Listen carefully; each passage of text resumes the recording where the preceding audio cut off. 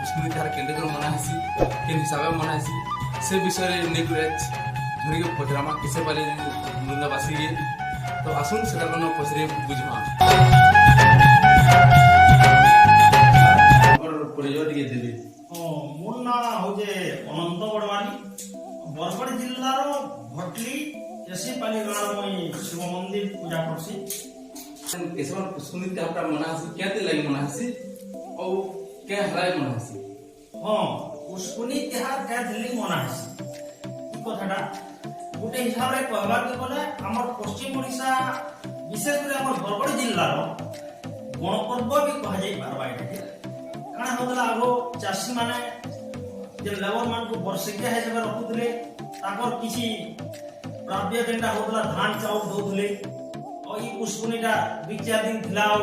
ସେମାନେ ତାକଟା ନେଇ गेली ସେମାନେ ଘରେ पुष्कुनी मानुतले पुष मास पुनी जे हम पुष्कुनी बोलसु देखो छोट छोट छुआ माने सकाल पाई थिबा टिके अंधार थिबा छे छे छे छेरा इटा बोली के डाकी के घर घर धान मांगबे जेना कि सीधा खिला घर छुआ के मांगबा और नेखिला घर छुआ के मांगबा जेना को लाखपति घर बोलसु है घर छुआ की टुपली पे धर थिबा छोट घर के भी छे छेरा के को मान छे छेरा जेना कि उजा ने देखबा के तुम पहले पाओ